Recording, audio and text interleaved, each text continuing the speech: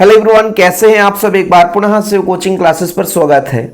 Class 12 chemistry NCERT में chapter number 5 चल रहा था, जिसमें आज आखिरी लेक्चर लेकर आया हूं। आज ऐसा टॉपिक है बच्चों जिसमें हमें कम मेहनत करना पड़ेगा, आपको ज़्यादा मेहनत करना पड़ेगा। मतलब आज यहाँ पर आपको कुछ चीज़ें याद करनी पड़ेगी, क्योंकि यहाँ से ऑब्जेक्टिव क्वेश्चन पूछा जा सकता है। पूरा एक एक पॉइंट पर हम चर्चा करेंगे, है ना। कहाँ कहाँ से ऑब्जेक्टिव क्वेश्चन पूछा जाएगा, तो आप लोगों को एनसीईआरटी का बुक उठाना है। यदि आप लोग एनसीईआरटी का बुक नहीं पाते हैं तो भैया यूट्यूब पे देखिए कैसे डाउनलोड करना है और गूगल से डाउनलोड कर लें, सबसे बेहतर रहता है यदि आपके पास एनसीईआरटी का बुक नहीं है, क्योंकि एग्जाम में क्वेश्चन जो बनेगा वो एनसीईआरटी से ही बनेगा। ठीक है, चलिए शुरू करते हैं।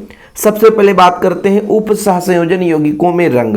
रंग कैसे बनता है, आप लोगों ने पिछले चैप्टर में पढ़ा था। जो रंग बनने का कारण होता है बच्चों, वो होता है डीडी संक्रमण। क्या? डीडी संक्रमण। ठीक है, जैसे हम बात करते हैं डी ब्लॉक के तत्वों के बारे में, तो डी ब्लॉक के तत्वों के बारे में बात करते हैं तो अंतिम इलेक्ट्रॉन डी कक्षक में प्रवेश करता है, और जितने भी उप सहसंयोजी यौगिक है उसमें केंद्रीय धातु परमाणु डी ब्लॉक का एलिमेंट्स ही है। जब इसका विपाटन होता है तो ये दो भागों में टूटता है।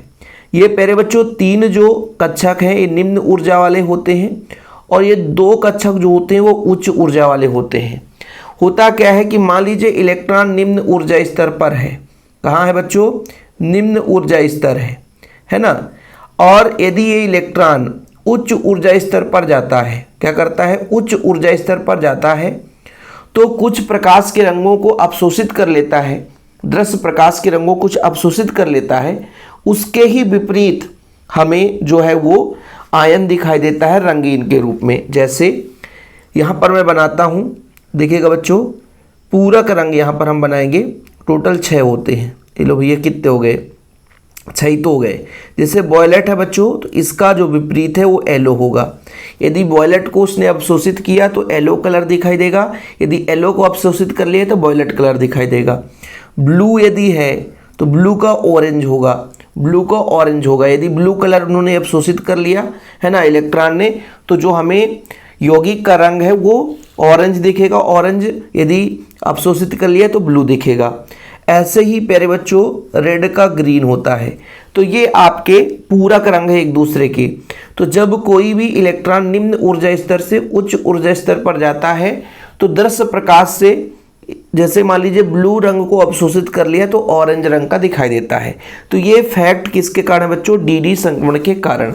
अच्छा, इलेक्ट्रॉन जो होते हैं वो तरंग के रूप में होते हैं। आपको यहाँ पर जरा नज़र थोड़ा सा लगाना पड़ेगा। ये मूल अवस्था है। इसमें जो 3 कक्षक हैं इसको यहाँ पर नाम दिया गया T2G। ठीक है, और इसको ऊपर वाले को EG नाम दिया गया। ठीक है, तो यहाँ पर 3 कक्षक हैं। ये आपका टाइटेनियम H2O का होल 63 पॉजिटिव के लिए बच्चों एक इलेक्ट्रॉन इसमें पाया गया डी कक्षक में। वो एक इलेक्ट्रॉन जब उत्तेजित अवस्था में है ना कहीं उच्च ऊर्जा स्तर पर जाता है तो वो क्या करता है? दृश्य प्रकाश, ये भैया H न्यू क्या है? फोटान है। फोटान एनर्जी है ना, इसको अवशोषित करता है। और अवशोषित करने के बाद देखिए जरा, यहाँ पर आपको सब कुछ देखने को मिल जाएगा कि बैगनी रंग का है। ये बैगनी रंग का है। क्या है बच्चों? बैगनी रंग का, यानी बैगनी रंग हमें दिखाई देता है। ठीक है, क्या? वायलेट। वायलेट मतलब बैगनी, यानी ऑरेंज कलर को उसने संतरे कलर को क्या कर लिया? अवशोषित कर लिया। अब यहाँ पर आपको मैं दिखाता हूँ कि ये आपका संतरा कलर है और ये आपका बैगनी है। तो जब ये आपको यहाँ पे दिखाई देगा टाइटेनियम H2O का होल 63 पॉजिटिव। नीला हरा मतलब संतरा है, संतरे कलर का आप देख भी सकते हैं, और बैगनी रंग हमें दिखाई देता है। अवशोषित किसको करता है? नीला हरा मतलब ऑरेंज कलर को, और क्या है? बैगनी को क्या करता है? रिफ्लेक्ट कर देता है, मतलब वो दिखाई देता है। तो ये किसके कारण होता है? डीडी संक्रमण के कारण। ठीक है, डीडी संक्रमण के कारण। अब यहाँ पर प्यारे बच्चों आपको ऑब्जेक्टिव के तौर पर ये पूछा जा सकता है कि उप सहसंयोजन समूहन का रंग। ठीक है, जैसे आपको ये बैगनी नज़र आ रहा है, ये नीला लोहित जो है बैगनी के ही जैसा है। ठीक है, तो ये आपको होमवर्क है भाई, ये आपको सारे के सारे है ना, ये आपको अवशोषित प्रकाश का रंग नहीं पूछेगा, पूछेगा तो उपसंयोजन समूह का रंग। तो ये आपको याद करना ही पड़ेगा, क्योंकि यहाँ पर प्रैक्टिकल तो हम आपको दिखा नहीं सकते। ये किसके कारण होता है? डी कक्षा के इलेक्ट्रॉन में जब निम्न ऊर्जा स्तर से उच्च ऊर्जा स्तर पर जाता है, मतलब निम्न ऊर्जा स्तर कक्षक से उच्च ऊर्जा स्तर पर, है ना, इलेक्ट्रॉन का स्थानांतरण होता है, तो वो प्रकाश के कुछ रंगों को अवशोषित कर लेता है, उसका पूरक रंग हमें दिखाई देता है। इसको हम किस सिद्धांत के आधार पर देखते हैं? क्रिस्टल क्षेत्र सिद्धांत के आधार पर किसी यौगिक का रंग का निर्धारण किया जाता है। ठीक है बच्चों, तो समझ में आ गया कि किस तरीके से ऐसा होता है, क्यों होता है। ठीक, पूरा कहानी भी लिखा हुआ है कि पूरक रंग हमें दिखाई देता है, एकदम उसके पूरक रंग। ठीक है, चलिए ये आपको यहाँ पे एनसीईआरटी में समझाया भी है। आगे चलते हैं अगले पॉइंट में। ध्यान रखिएगा, जो जो ऑब्जेक्टिव क्वेश्चन पूछे जाते हैं बच्चों, वो आप लोगों को अच्छे तरीके से तैयार करना है। जैसे ये सबसे महत्वपूर्ण है, टाइटेनियम H2O का होल 6 पॉजिटिव उदाहरण ले तो जो बैगनी रंग का है, ये बैगनी रंग का है, ये आपको याद कर ही लेना है। नीला लोहित मतलब बैगनी ही है, नीला लोहित मतलब बैगनी ही है बच्चों। ठीक है, बैगनी ही है, ध्यान रखिएगा। ये सीधा एनसीईआरटी का पॉइंट उठाता है एग्जाम में, फिर आप लोग कहोगे कि सर हमें समझ में नहीं आया। अब देखो इसके बारे में बात करते हैं। टाइटेनियम है, H2O का होल 6 है, Cl3 है। इसमें जल का जब अणु निकलता है ना बच्चों, जल का जब अणु निकलता है ना, तो ये हो जाता है आपका, है ना, देखिएगा मैं यहाँ पे आपको बताऊंगा, ये रंगहीन होता है, कहीं पे लिखा होगा, अतः पदार्थ रंगहीन होता है। देखिए ना, क्रिस्टल क्षेत्र विपाटन नहीं होता लिगेंड की अनुपस्थिति में, यहाँ पे कहीं पे लिखा भी होगा। चलो ठीक है, अभी आगे देखते हैं। देखो यौगिकों का रंग डी संक्रमण के कारण होता है, ये भी आपको मैंने समझा दिया। यौगिकों का रंग डी संक्रमण के कारण होता है, और फिर यहाँ पर बोल देती जल का अणु निकल जाए तो रंगहीन हो जाएगा। ठीक है, क्लियर, समझ में आ गया। चलो बाबूजी आगे देखते हैं। हाँ, यहाँ पर देखो, जल के निकल जाने के कारण रंगहीन हो जाता है। मैं आपको क्या समझाया, ये टाइटेनियम H2O का होल 6 पॉजिटिव, इसमें बैगनी रंग है और इससे जल का अणु निकल जाता है तो रंगहीन होता है। मैं अंडरलाइन कर रहा हूँ, आप लोगों को ये चीज़ें तैयार करना है। ठीक, इसके बाद बच्चों यहाँ पर देखो जरा, निकिल H2O का होल 6 हरा रंग है, यहाँ से 2 H2O निकल जाए और एथिलीन डायमीन आ जाए तो हल्का नीला रंग हो जाता है। ठीक है, इसके बाद बच्चों यदि, है ना, केवल 2 H2O रह जाए, अब यहाँ पे 4 H2O था तो नीला, है ना, कलर हो जाता है, हल्का नीला था नीला, फिर प्यारे बच्चों पूरा H2O निकल जाए तो बैगनी कलर हो जाता है। ये आपको ऑब्जेक्टिव में पूछा जा सकता है, कोई भी आंसर दे देगा उपसंयोजी यौगिक का और पूछ देगा किस रंग का होता है, तो फिर आप लोग आसानी से बता पाएंगे। क्लियर, चलिए आगे बढ़ते हैं। आगे बढ़ते बच्चों यहाँ पर देखिएगा, एक क्वेश्चन यहाँ पर आएगा, खनिज बेरिल का सूत्र बताओ। तो ये खनिज बेरिल का सूत्र आपको तैयार करना पड़ेगा। खनिज बेरिल का सूत्र, तो ये सूत्र आपको तैयार करना पड़ेगा, Be3Al2Si6O18। मतलब बच्चों यदि आपको अच्छे से नहीं दिख रहा है तो Be3Al2Si6O18, ये आपको याद रखना पड़ेगा। ठीक है, क्योंकि ऑब्जेक्टिव ऐसे ही बीच से पूछता है। देखो पन्ना में क्रोमियम 3 पॉजिटिव आयन खनिज बेरिल में अष्टफल की स्थानों पर रिक्त रहते हैं। माणिक का पीला लाल तथा नीला अवशोषण बैंड उच्चतम तरंगदैर्ध्य की ओर विस्थापित हो जाता है, इस कारण से पन्ने के रंग क्षेत्र वाला प्रकाश प्रकाशित करता है। कुल मिलाकर के प्रकाश उत्सर्जित होने का कारण यही है कि भाई रंग क्यों दिखाई देता है, चमकदार क्यों दिखाई देगा, क्योंकि वो जब इलेक्ट्रॉन निम्न ऊर्जा स्तर से उच्च ऊर्जा स्तर पर स्थानांतरित होंगे तो कहीं ना कहीं, है ना, पूरक रंग हमें दिखाई देता है। क्लियर बाबूजी, चलिए आगे पढ़ लेते हैं। एल्यूमिना का सूत्र Al2O3, एल्यूमिनियम ऑक्साइड, इसको एल्यूमिना भी कहा जाता है, में समाविष्ट अष्टफल की क्रोमियम संकुल के रूप में देखते हैं। डी संक्रमण के कारण रंगीन आयन देता है, कोई दिक्कत नहीं। माणिक में 0.5 से 1% क्रोमियम 3 पॉजिटिव आयन होता है। ठीक है, याद रखिएगा आप लोग। चलिए इस पेज में भी आपको इतना ही पढ़ना है बच्चों।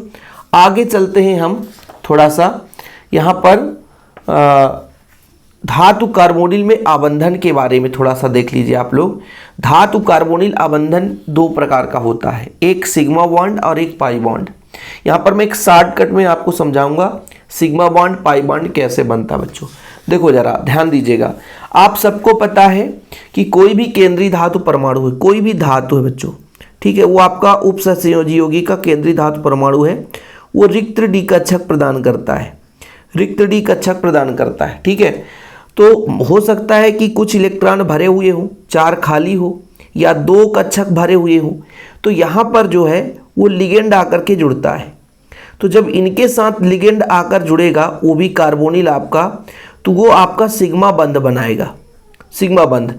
लेकिन ये जो इलेक्ट्रॉन युग्म है वो कहीं लिगेंड को इलेक्ट्रॉन दे दें तो फिर वो पाई बॉन्ड का निर्माण करते हैं। ये आप लोगों को फैक्ट की बात है और यही मुद्दे की बात आपको तैयार करना। देखिएगा जरा, धातु कार्बोनिलों में धातु कार्बन आबंध में सिग्मा तथा पाई बंध दोनों गुण पाए जाते हैं।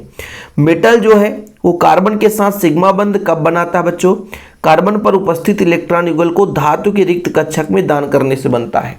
मतलब यहाँ पर देखो कार्बोनिल है, कार्बोनिल मतलब CO, कार्बोनिल मतलब CO उदासीन है।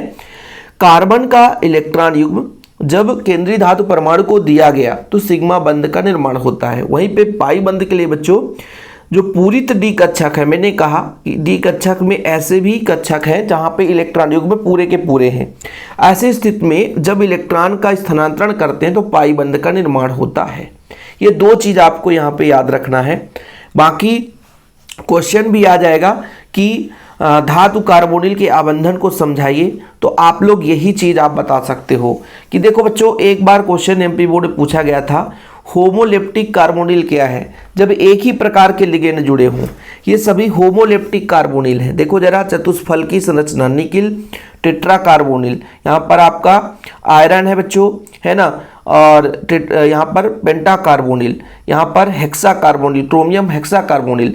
तो जब एक ही प्रकार के लिगेंड जुड़े होते हैं उसे होमोलेप्टिक कार्बोनिल के आधार पर हम होमोलेप्टिक संकुल का भी नाम देते हैं। जैसे यहाँ पर देखो पेंटा कार्बोनिल आयन त्रिकोणीय द्विपिरामिड होता है। ये तो हमने आपको समझाया था कि कब त्रिकोणीय द्विपिरामिड होता, संकरण हमने आपने समझाते थे बच्चों। उम्मीद करता हूँ आप लोग देख लिए होंगे, वो चीज़ आपको याद रखना पड़ेगा। मैंने आपको समझाया है, बार बार कह रहा हूँ। ठीक है, एनसीईआरटी उठाना आप लोगों को आज मैं होमवर्क देता हूँ, ध्यान रखिएगा।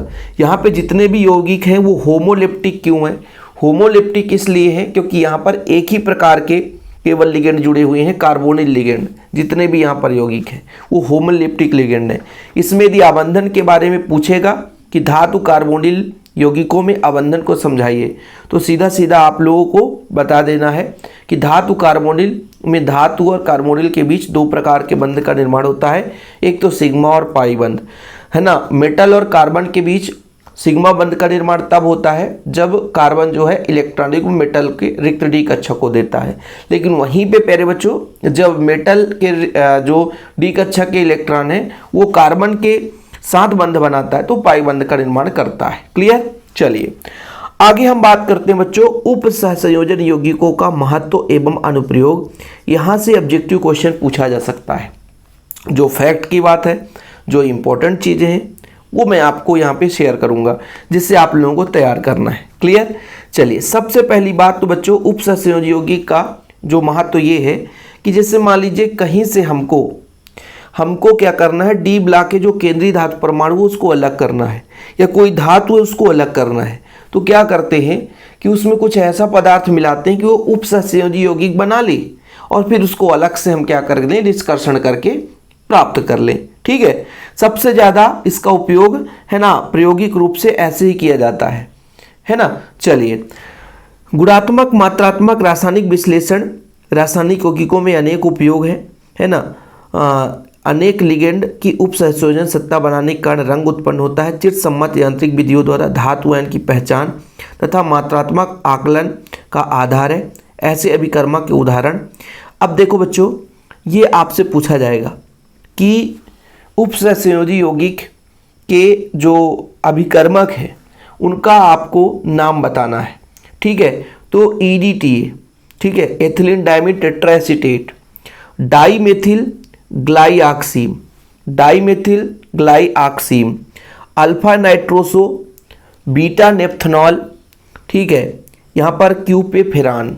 ये आपसे पूछ देगा अभिकर्मक का उदाहरण जिसका प्रयोग हम उप सहसंयोजी यौगिकों को पहचान करने के लिए, है ना, विधियों में प्रयोग करते हैं वो अभिकर्मक EDTA है, DMG है, अल्फा नाइट्रोसो और बीटा नेप्थेनॉल।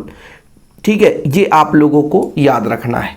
क्वेश्चन कैसे भी पूछा जा सकता है, निम्नलिखित में से कौन सा अभिकर्मक नहीं है। ठीक, क्वेश्चन 2 नंबर में भी ये पूछा जा सकता है। क्लियर। जल की कठोरता का आकलन किसके द्वारा किया जाता है, तो Na2EDTA के द्वारा। जल की कठोरता का आकलन बच्चों, जल में कठोरता का कारण क्या है, क्षार धातुओं की उपस्थिति, जैसे कैल्शियम 2 पॉजिटिव, Mg2 पॉजिटिव, ये उपस्थित हैं, तो इसका मतलब जल कठोर है। ठीक है। कैल्शियम तथा मैग्नीशियम संकुलों के स्थायित्व स्थिरांक में अंतर होता है। यहाँ पर आप लोगों से क्वेश्चन यदि पूछेगा कि जल के कठोरता का आकलन किस आधार पर किया जाता है, तो आप लोगों को फार्मूला याद रखना है। ओके, चलिए आगे देखते हैं बच्चों। धातुओं के निष्कर्षण के लिए जैसे गोल्ड है, सिल्वर है ना, इनका हम अलग से मतलब उसको निष्कर्षण कर रहे हैं, शुद्ध अवस्था में प्राप्त करना चाहते हैं, तब पर भी उपसंयोजी यौगिक का निर्माण, है ना, जरूरी रहता है।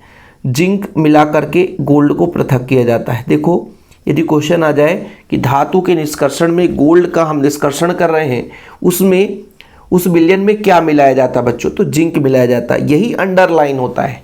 जो पढ़ने का तरीका मैं हमेशा एक बोला करता हूँ कि आप अंडरलाइन करो।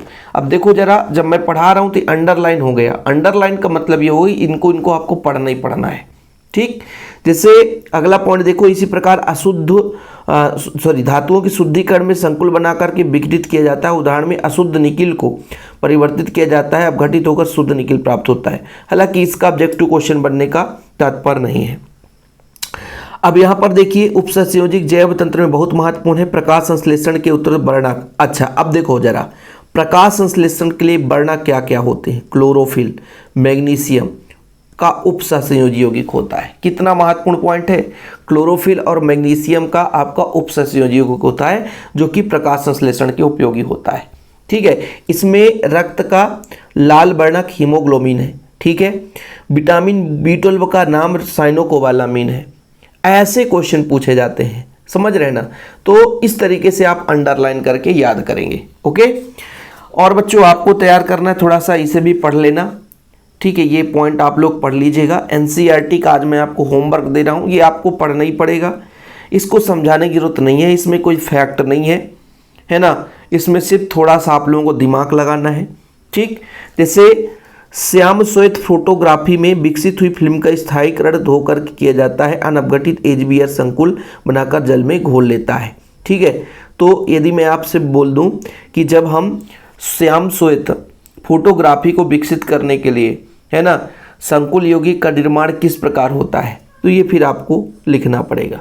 ऐसे भाई देखो, NCERT कम पेज है लेकिन थोड़ा सा कठिन चीज़ें हैं। देखो जरा, प्लेटिनम के कुछ उपसंयोजी यौगिक को ट्यूमर वृद्धि को प्रभावी रूप से रोकते हैं।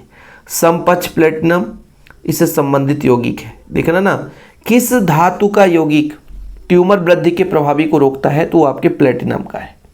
ऐसे क्वेश्चन पूछा जाता है। ठीक है, कॉपर तथा आयरन की अधिकता को पेनिसिलेमिन तथा डेस्फेरियाक्जिम लिगेंडों के साथ उपसंयोजक बनाकर दूर किया जाता है।